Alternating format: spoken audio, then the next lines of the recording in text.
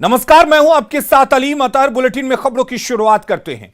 चीन में गया के छात्र अमन नागसेन की हत्या की गई थी। 4 दिन बाद भारतीय दूतावास ने परिजनों को हत्या की खबर दी है।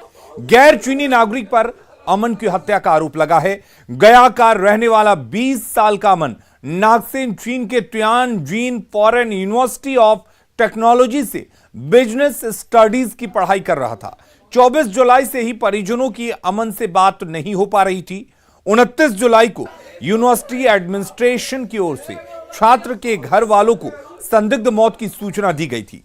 उसके बाद 4 दिन बाद भारतीय दूतावास ने परिजनों को हत्या की सूचना दी है। अमन के परिजनों ने शव को जल्द भारत लाने की गुहार लगाई है।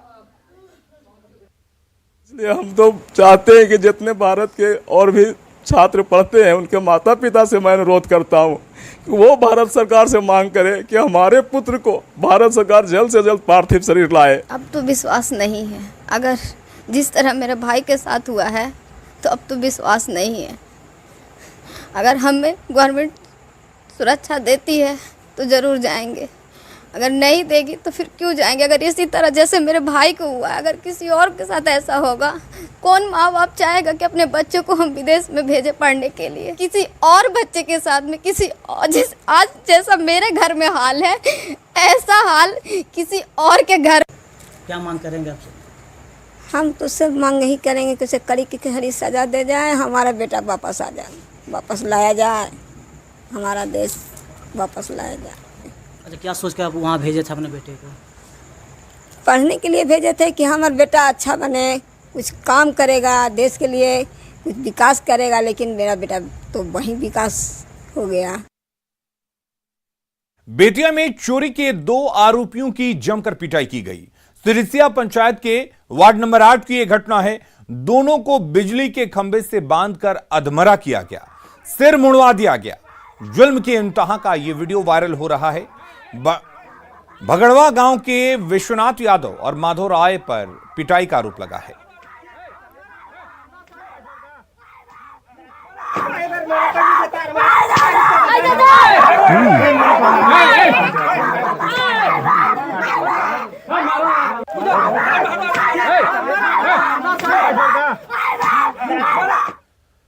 भागलपुर के कहलगांव के एसडीपीओ यूशु कृष्णा के पति का एक वीडियो वायरल हो रहा है जिसमें वे आईपीएस की वर्दी पहने हुए दिख रहे हैं, जबकि एसडीपीओ के पति आईपीएस ऑफिसर नहीं हैं। तस्वीर में वे अपनी पत्नी के साथ वर्दी में दिख रहे हैं। बताया जा रहा है कि इस मामले की जांच के आदेश दे दिए गए हैं, लेकिन कोई भी अधिकारी इसकी पुष्टि नहीं कर रहा है। और इधर धनबाद में बाइकर्स गैंग ने आतंक मचाया हुआ है। केंदुआडी थाना क्षेत्र में रिटायर्ड कोलकर्मी अपनी पत्नी के साथ बैंक से पैसे निकालकर घर लौट रहे थे, तभी बाइक सवार अपराधियों ने रुपये से भरा बैग छीन लिया और फरार हो गए। बैग में 2 लाख रुपए थे। वहीं हीरापुर मार्केट में बाइक सवार 2 अपराधी ठेकेदार से 50,000 रुपए लूट लिए। फिलहाल पुलिस मामले की जांच कर रही है। सीसीटीवी फुटेज के जरिए लुटेरों की पहचान की जा रही है। और झोला में पैसा था, झोला में कागज भी था, झोला लेके हम जा रहे थे मिलने के लिए, तो गाड़ी पैसा पर छोड़ दिया। कितना पैसा था? 50,000। और जो लूट ले गया वो कितने लोग थे? 2 आदमी। कोडरमा में आरपीएफ की टीम को बड़ी कामयाबी मिली है। आरपीएफ ने कोडरमा स्टेशन पर बोरे में बंद 3 कछुए को बरामद किया है। बताया जा रहा है कि कछुए को तस्कर कोलकाता ले जाने की तैयारी में थे, लेकिन गुप्त सूचना पर आरपीएफ ने कछुए को बरामद कर लिया, जिसके बाद तीनों कछुओं को वन विभाग को सौंप दिया गया। जिसके बाद तीनों कछुओं को वन विभाग ने तिलैया डैम में छोड़ दिया। बताया जा रहा है कि तीनों कछुओं में एक का वजन करीब 20 किलो, दूसरे का वजन करीब 12 किलो और तीसरे कछुए का वजन करीब 1 किलो का है। इस मामले में किसी की गिरफ्तारी नहीं हुई है।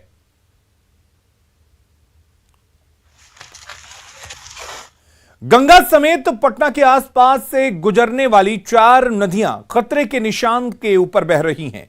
गंगा का जलस्तर भी लगातार बढ़ रहा है। गांधी घाट पर गंगा खतरे के निशान से करीब 9 मीटर ऊपर बह रही है। वहीं बरहवा घाट पूरी तरह से उफनती गंगा में डूब चुका है। जायजा लिया न्यूज 18 संवाददाता अमित कुमार ने। गंगा नदी खतरे के निशान से ऊपर बहने लगी है। गांधी घाट की बात करें तो तकरीबन 9 मीटर जो है वो गंगा खतरे के निशान से ऊपर बढ़ रही है। हम तस्वीर दिखाना चाहेंगे। ये बड़वा घाट है और यहाँ देखिए ये पूरा घाट जो है वो डूब चुका है। जो लोग गंगा में स्नान करने आते थे वो यहाँ पे नज़र अब नहीं आ रहे हैं, चूँकि जिला प्रशासन लगातार जो है अपील कर रहा है लोगों से कि आप जो है गंगा में स्नान करना फ़िलहाल कुछ दिनों के लिए बंद कर दीजिए।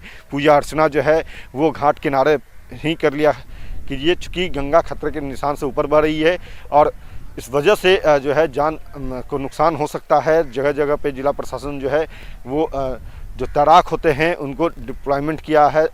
एनडीआरएफ की टीम, एसडीआरएफ की टीम लगातार जो है गंगा के तमाम तटों पर नज़र बनाए हुए है।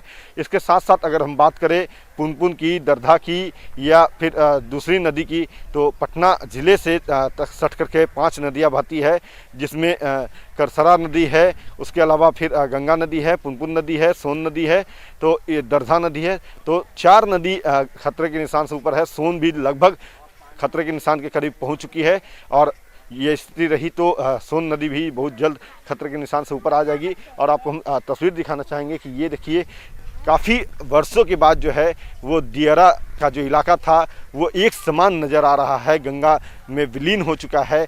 और लगातार जो लोगों से अपील इस कारण से प्रशासन कर रही है, चाहे पुनपुन हो, दरधा हो, गंगा हो, सभी जगहों पे जिला प्रशासन जो है वो तैराक को तैनात कर दिया है ताकि कोई व्यक्ति नहाने के दौरान नदी में अगर समाहित हो जाता है तो उसे तुरंत निकाला जाए, उसकी जान बचाई जाए। और इस वजह से लगातार जिला प्रशासन के जो लोग हैं वो अपील भी कर रहे हैं कि आप फ़िलहाल गंगा या पुनपुन या दरधा जो भी नदी है जहां आप स्नान ध्यान करते हैं उससे दूरी बना लें, क्योंकि अभी ये नदियां जो हैं उफान पे है और ऐसे में जान माल को जो है वो नुकसान हो सकता है। अमित कुमार, न्यूज़ 18 पटना।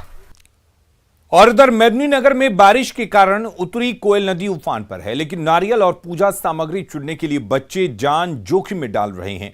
पूजा सामग्री और नारियल चुनने के लिए बच्चे उफनती कोयल नदी में डुबकी लगा रहे हैं। इस दौरान बच्चों को नारियल या फिर कुछ सिक्के मिल जाते हैं, लेकिन कुछ सिक्कों के लिए जान जोखिम में डालना कहां तक जायज है? घर वाले भी इन बच्चों को इन खतरनाक काम के लिए नहीं रोक रहे हैं।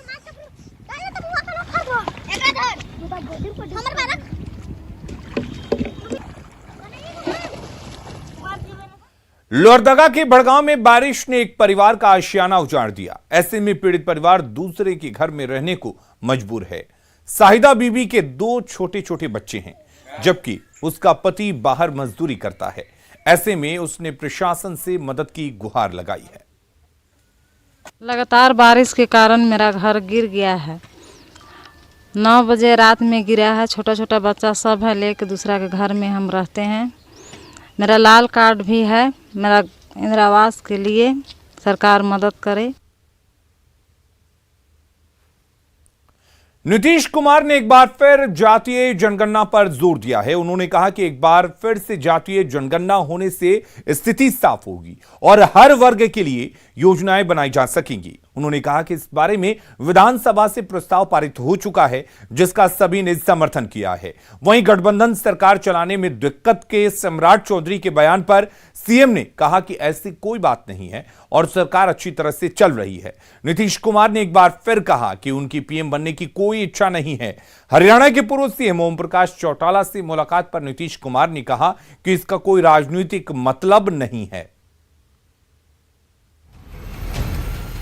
जो जातिगत जनगणना की बात की गई और 2019 में पास हुआ सर्वसम्मति से और विधानसभा में 2020 में भी हुआ, उस दिन 19 में तो विधानसभा विधान परिषद दोनों जगह हुआ, ये सब वहाँ भेजा गया और इसके बारे में हम लोग बातचीत करते रहे, ऐसा नहीं है। लेकिन इसके बारे में जो विपक्ष की तरफ से एक सुझाव आया कि सब लोगों को मिल करके माननीय प्रधानमंत्री जी से मिलना चाहिए और ये कहना चाहिए, तो हमसे मिले। हमने कहा कि नहीं, ठीक है, ये सभी के हित में और जनगणना हो जाएगी। पहले हुआ करता था, अंग्रेजों का राज था तभी हुआ करता था, बाद में नहीं हुआ है।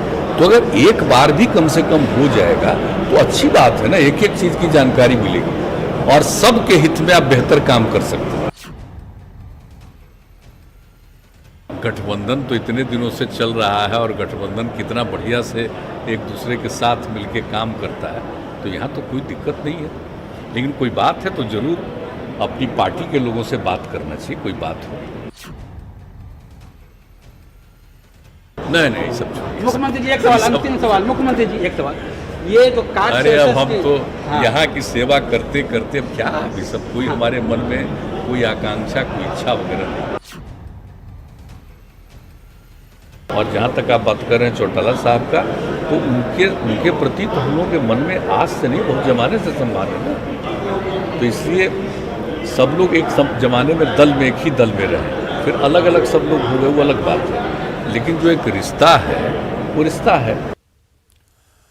जातिगत जनगणना की नीतीश कुमार की मांग के बाद नीतीश कुमार को लेकर कांग्रेस के सुर बदलते दिख रहे हैं। उपेंद्र कुशवाहा के नीतीश कुमार को पीएम मटेरियल कहने पर कांग्रेस कुशवाहा के बयान को सही कहने से भी परहेज नहीं कर रही।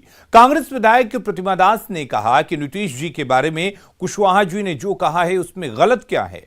कांग्रेस विधायक प्रतिमा दास से बात की आनंद अमृतराज ने। कांग्रेस विधायिका प्रतिमा जी, उपेंद्र कुशवाहा ने नीतीश कुमार को पीएम मटेरियल कहा है, आप भी मानती हैं?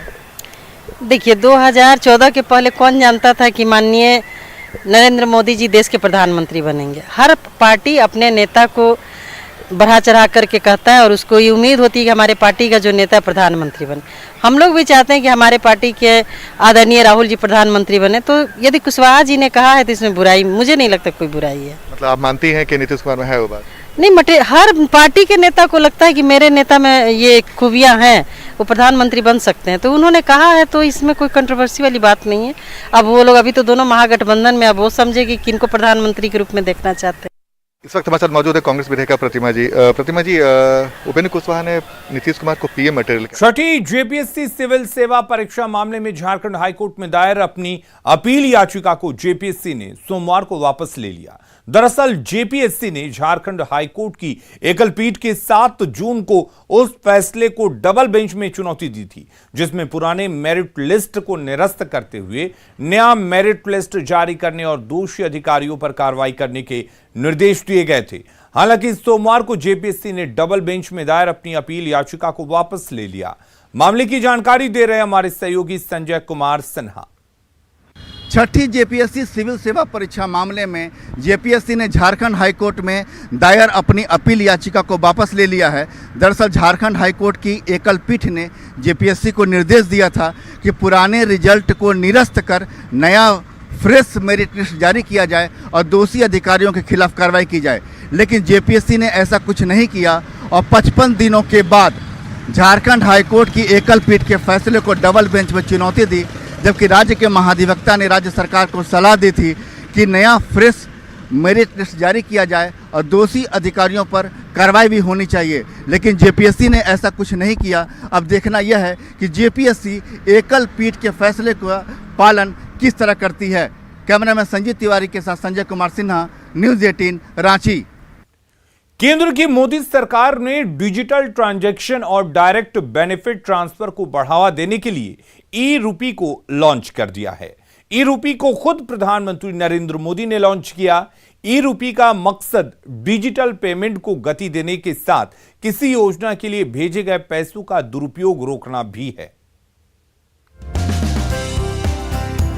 खाद के लिए मिले पैसों से खाद की ही होगी खरीद।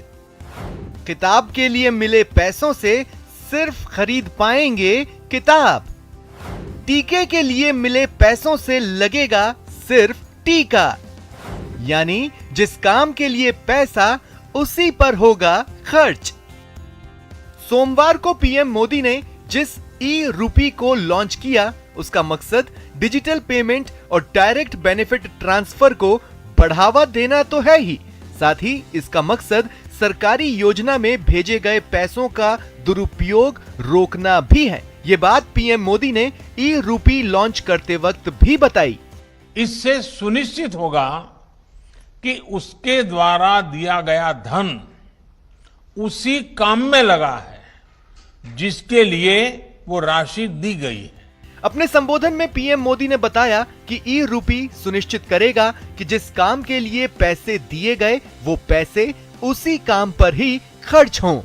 यानी ई रूपी एक तरह से पर्सन के साथ साथ पर्पज स्पेसिफिक भी है। जिस मकसद से कोई मदद या कोई बेनिफिट दिया जा रहा है वो उसी के लिए प्रयोग होगा, ये ई रूपी सुनिश्चित करने वाला है। शुरुआती चरण में ई रूपी को हेल्थ सेक्टर में लागू किया गया है और आगे इसको दूसरे सेक्टरों में भी लागू करने की योजना है। इसका इस्तेमाल गैर सरकारी संगठन भी किसी को फायदा पहुंचाने के लिए कर सकते हैं। कोई ऑर्गेनाइजेशन सेवा भाव से भारत सरकार के द्वारा जो मुफ्त वैक्सीन दी जा रही है उसका लाभ लेना नहीं चाहता है, लेकिन जो प्राइवेट अस्पतालों में जहां कुछ कीमत देकर के वैक्सीन चल रही है उसमें भेजना चाहता है।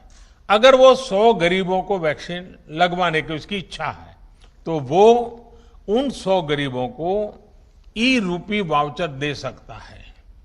ई रूपी वाउचर ये सुनिश्चित करेगा कि उसका इस्तेमाल वैक्सीन लगवाने में ही हो, किसी और काम में नहीं। आइए अब समझते हैं ई रूपी कैसे काम करता है। ई रूपी एक क्यूआर कोड या एसएमएस स्ट्रिंग बेस्ड ई वाउचर है। ई रूपी वाउचर सीधे लाभार्थियों के मोबाइल पर भेजा जाता है। यूजर्स बिना कार्ड, ऐप या इंटरनेट बैंकिंग के ई रूपी वाउचर को रिडीम कर सकेंगे। इससे सरकारी योजनाओं का लाभ सीधे लाभार्थियों को मिलेगा और भ्रष्टाचार में कमी आएगी। साफ है, ई रूपी लाभार्थियों को सीधा फायदा पहुंचाएगा और गरीबों के हक की सॉलिड सुरक्षा भी करेगा। Bureau report, news 18 network. बाढ़ अनुमंडल का एकमात्र खेल का मैदान जहां कंपटीशन देने वाले अभ्यर्थियों को इन दिनों काफी परेशानियों का सामना करना पड़ रहा है।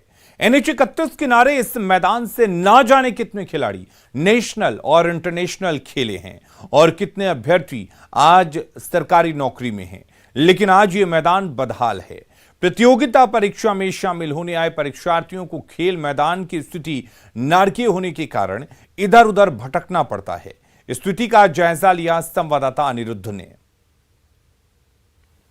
मात्र मैदान में जो ANS कॉलेज मैदान कहा जाता है, इस मैदान से न जाने कितने खिलाड़ी हैं जो इंटरनेशनल गेम आज खेल रहे हैं और कितने लोग हैं जो कंपटीशन में तैयारी करके आज नौकरी कर रहे हैं। लेकिन बदहाल ये देखिए कि ये स्टेडियम के नाम पर विधायक ज्ञानू ने जो काम करवाया वो महज दिखावा साबित हुआ। हमारे साथ कुछ कंपटीशन की तैयारी करने वाले छात्र हैं, उनसे पूछते हैं कि उनको इस स्टेडियम में क्या समस्या होती है।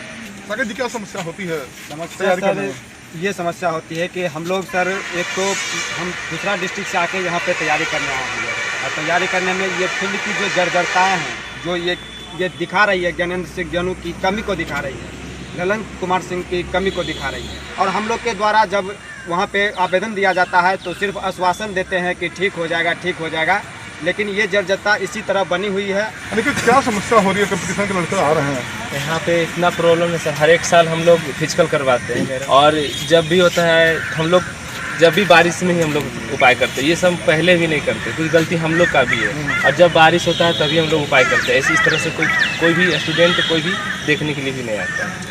कई परीक्षार्थी जो है परीक्षा की तैयारी कर रहे हैं, लेकिन स्टेडियम सही नहीं रहने से वो सही दिशा में अपना काम नहीं कर पा रहे हैं। जरूरत है तो विधायक और सांसद की पहल की, ताकि इन छात्रों का भविष्य उज्जवल हो सके। अनिरुद्ध, न्यूज़ 18 बाढ़। सफलता की शुरुआत जिंदगी में कहीं से और भी की जा सकती है। इस बात को सच साबित किया शुभम जगलन ने। शुभम ने हरियाणा के एक छोटे से गांव में रहकर गोल्फ खेलने का सपना देखा और अपनी मेहनत से उसे साकार भी किया। हमारे सहयोगी आनंद नरसिम्हन ने उनसे बात की और जाना उनकी ये सफर कितना मुश्किल या आसानी से भरा रहा। आज हम आपको एक ऐसे शख्स से मिलवाएंगे जिनकी उम्र तो कम है पर इरादों में दम है। मिलते हैं आज के गेस्ट उभरते हुए भारतीय गोल्फर शुभम जांगलान से।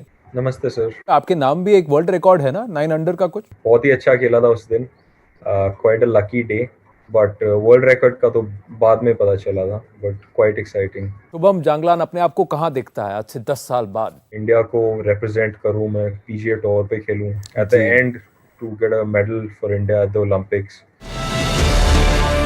लॉटोलैंड प्रेजेंट्स, जीतेंगे हम। क्या सैनिटाइजर हानिकारक है? क्या टीके आपके डीएनए को संशोधित करते हैं? क्या टीकाकरण आपको कोविड-19 से संक्रमित कर सकता है? क्या ये कुछ सवाल आपके मन में हैं? खैर, अब एक जगह है जहां आपके सभी प्रश्नों का उत्तर दिया जा सकता है, और ये सब आपके फोन पर। नेटवर्क 18 और फेडरल बैंक के राष्ट्रव्यापी वैक्सीन जागरूकता अभियान के तहत कोविड-19 के खिलाफ Sanjeevani a shot of life Sanjeevani WhatsApp helpline शुरू किया गया है। आपको बस 7977773753 नंबर पर व्हाट्सएप करना है और आपको तुरंत अपने उत्तर प्राप्त होंगे। जानकारी जिसे जांच और क्रॉस चेक किया गया है। तो आगे बढ़ें